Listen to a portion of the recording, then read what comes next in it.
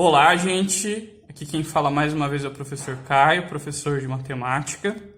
Esse vídeo está sendo gravado para estudar o que vai acontecer na aula do dia 22/3.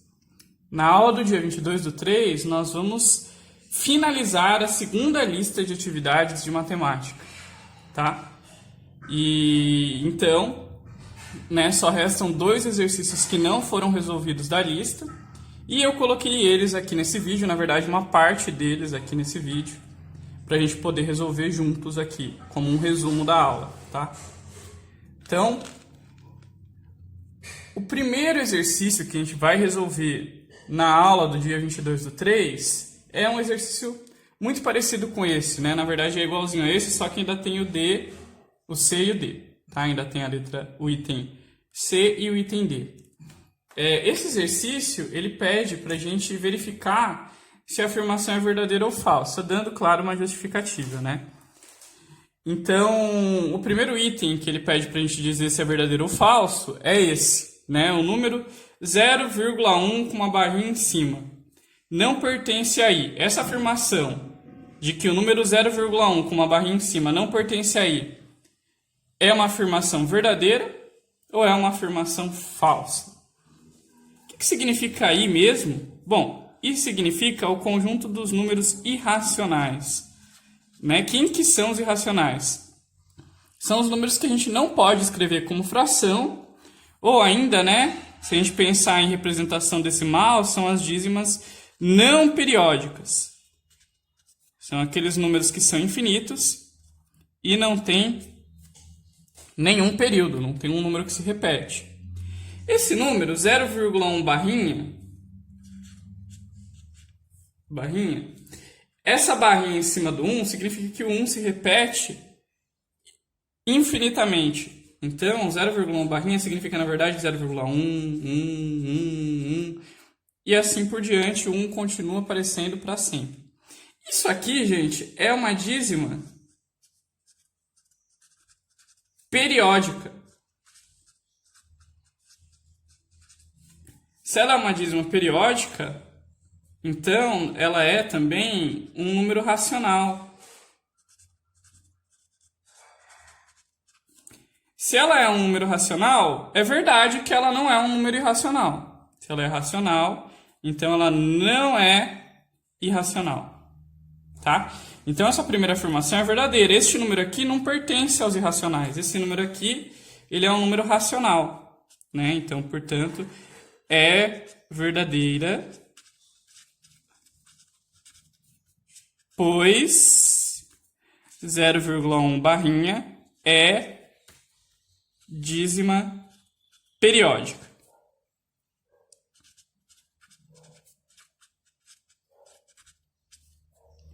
Isto é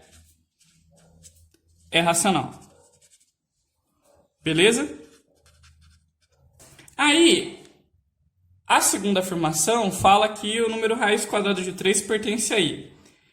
Lembra, gente, raiz quadrada de 3, ele é uma dízima não periódica.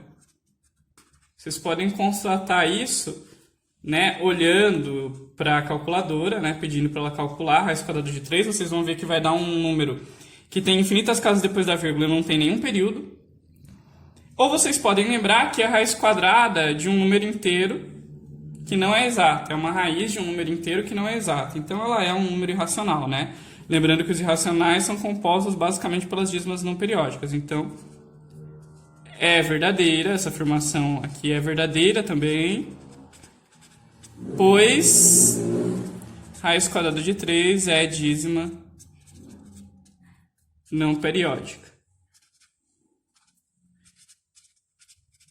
E se é uma dízima não periódica, é um número irracional, certo? Porque os irracionais são compostos basicamente pelas dízimas não periódicas, os números que não podem ser escritos como fração.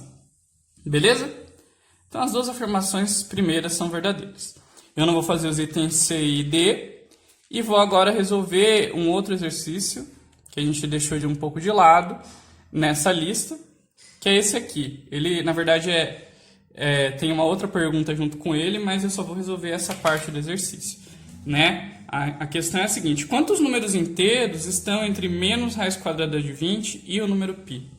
Quantos inteiros eu tenho entre menos raiz quadrada de 20 e o número π? Bom, vamos fazer o seguinte, vamos primeiro encontrar uma aproximação para menos raiz quadrada de 20, uma aproximação por cima. Bom, para isso, vamos calcular a raiz quadrada de 20, vai, mais ou menos, aproximado com uma casa decimal. A raiz quadrada de 20, gente, ela não pode ser 4, tá? Por quê? Porque 4 vezes 4 é 16. Eu estou tentando descobrir um número que vezes ele mesmo dá 20. Esse número não é 4, porque 4 vezes 4 é 16. Este número, raiz quadrada de 20, também não é 5, né? O 5 não é um número que vezes ele mesmo dá 20, porque se eu fizer 5 vezes 5, isso vai dar 25. Mas dá para ver que 4 vezes 4 deu 16, é menos que 20. E 5 vezes 5 dá 25. Passou do 20. Então, é um número entre 4 e 5. Sei lá, por exemplo, 4,3. Se eu fizer 4,3 vezes 4,3, que é um número entre 4 e 5, vamos ver quanto dá. Dá 9, 12, 16, com mais um que subiu, 17. Então, aqui dá 9, 4, 8, 1. Vai ficar 18,49, que é um número que ainda está longe do 20. Então, vamos tentar, por exemplo, 4,4. Se eu fizer 4,4 vezes 4,4, vai dar 16, sobe 1. 16 com que subiu, 17. Aí aqui também vai dar, como é 4 vezes 44, também vai dar 176. E aí isso dá 6. 7 com 6 dá 13, sobe 1. 1 com 2. 2 com 7, 9. E aí vai dar 19,36. Então, 4,4 vezes 4,4 está quase chegando no 20. Deu 19, alguma coisa. Se eu fizer 4,5 vezes 4,5, vamos ver o que acontece. Vai dar 25, sobe 2. 20 com 2 que subiu, 22. Aqui vai dar 20, sobe 2. 16 com 2 que subiu, 18. Vai passar, olha, vai dar 20,25. Tá bom? Então vai passar. Então, na verdade, raiz quadrada de 20 é aproximadamente 4,4. Mas como eu estou querendo menos raiz quadrada de 20, isso vai dar aproximadamente menos 4,4. Se a gente colocar na reta numérica, menos 4,4 está aqui, né? Aqui está o menos raiz quadrada de 20. E o número π, pelo que a gente lembra, né? O π vale aproximadamente 3,14. Então, se a gente colocar na reta numérica, o π está mais ou menos aqui. Quantos números estão entre menos raiz quadrada de 20 e o π? Bom, os números que estão entre os números inteiros que estão entre o menos raiz quadrada de 20 e o π são o menos 4, o menos 3, o menos 2, o menos 1, o 0, o 1, o 2 e o 3. Estes são os números inteiros que estão entre menos raiz quadrada de 20 e o π. Né? Então, ele queria saber quantos são 1, 2, 3, 4, 5, 6, 7, 8 números inteiros.